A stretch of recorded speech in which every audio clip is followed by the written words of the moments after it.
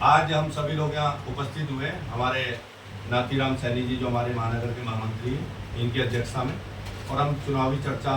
यहाँ पर करने के लिए उपस्थित हैं, जिसमें हमारे प्रीत कमल शर्मा जी जो हमारे वरिष्ठ हमारे उपाध्यक्ष भी हैं, पूर्व पार्षद भी हैं, और हमारे वरिष्ठ संरक्षक के रूप में भी हमारे बीच रहते हैं प्रीत कमल जी, हमारे आदरणीय बड़े हमारे मौसा जी,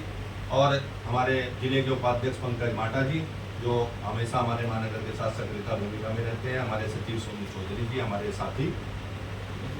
सचिन जी। तो हमारे यहाँ चुनावी चर्चा है, और चुनावी चर्चा पर हम लोग अपना विश्लेषण, जैसे कि प्रीत कमल जी ने निकाला,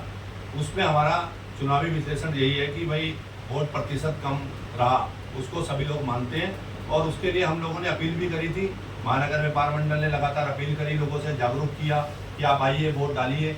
लेकिन कहीं ना कहीं धूप का समय, गर्मी का समय और कोई अन्य कारण रह सकते हैं, लेकिन उसके बावजूद भी जो विश्लेषण है उस पर हम ये मानते हैं कि मोदी जी का फैक्टर चला युवाओं में, बुजुर्गों में, नए वोटरों में विशेषकर, और उसको लेके इस अनुमान पर हम लोग अपने विश्लेषण से पहुंचते हैं कि कहीं ना कहीं भाजपा को बहुमत मिलता दिख रहा है लोकसभा हरिद्वार सीट पर, और हमारे प्रत्याशी त्रिवेंद्र रावत जी जो हरिद्वार लोकसभा से प्रत्याशी रहे वो इस सीट पर जीतते नजर आ रहे हैं। तो बाकी ये हमारा अनुमान हो सकता है और हमारा विश्लेषण हो सकता है। जनता ने अपना आशीर्वाद दिया जो हम जनता के बीच में रह के हमने देखा, लेकिन कहीं ना कहीं ये मत प्रतिशत कम रहा, उस पर नाथी जी आपका क्या विचार है? मैं प्रशासन से यही अनुरोध करूँगा कि जैसे कि इस प्रकार से हमारे यहाँ पे क्या हुआ कि इस बार लोकसभा के अंतर्गत ना जन जागरण की बहुत कमी पाई गई है। प्रशासन को चाहिए था कि जन जागरण करना चाहिए था, हर गली मोहल्ले में जा के जागरूक करना चाहिए था, जिससे कि वोट बैंक अधिक से अधिक निकलता और अधिक से अधिक मतदान होता, और जिससे कि जो भी होता उसका एक मतदान भी 100% आगामी वाली जो चुनाव है वो उसमें भी मैं प्रशासन से कहूँगा कि अपनी ओर से मीडिया के द्वारा या अन्य किसी के द्वारा जो बैठकें करके मोहल्ले के द्वारा, जिससे कि हमारा मतदान अधिक से अधिक हो, और जो भी हमारे भाजपा के प्रत्याशी हैं वो श्री त्रिवेंद्र सिंह रावत जी उन वे भारी मतों से जीत कर आएंगे, और यही मेरा अनुमान है। पूरे लोग अपने उत्तराखंड के अंदर 5 सीट भाजपा की आ रही है वो, और मेरा अनुरोध है कि पंचों श्रीमान मोदी जी को हम इसको भेंट समर्पित करेंगे 5 सीट। देखिए नाथी जी ने बताया जिस प्रकार देश में विकसित भारत का संकल्प मोदी जी ने देखा था, उसमें कहीं ना कहीं आज आम जनता हो, बुजुर्ग हो, युवा हो, उनका एक ही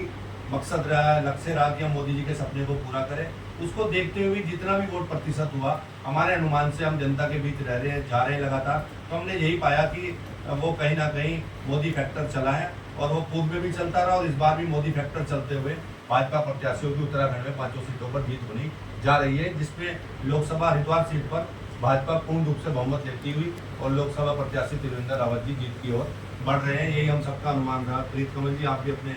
विचार इसमें कुछ? पहले वोटिंग होती थी 8 बजे से लेकर 6 बजे तक, अब की बार वोटिंग का समय कर दिया उन्होंने 6 बजे से, और जो कार्यकर्ता थे वो सुबह 5 बजे ही आ गए,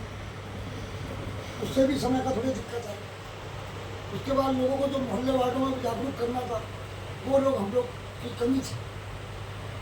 वो हम लोग नहीं कर पाए। पहले नवरात्रों का समय चल रहा था, उस समय महिलाएं बेचारी नहीं निकल पाई, उस पर भी थोड़ी सी दिक्कत आई। उसके बाद पूरी एकदम वोटिंग नवरात्र खत्म हुई, अगले दिन वोटिंग थी।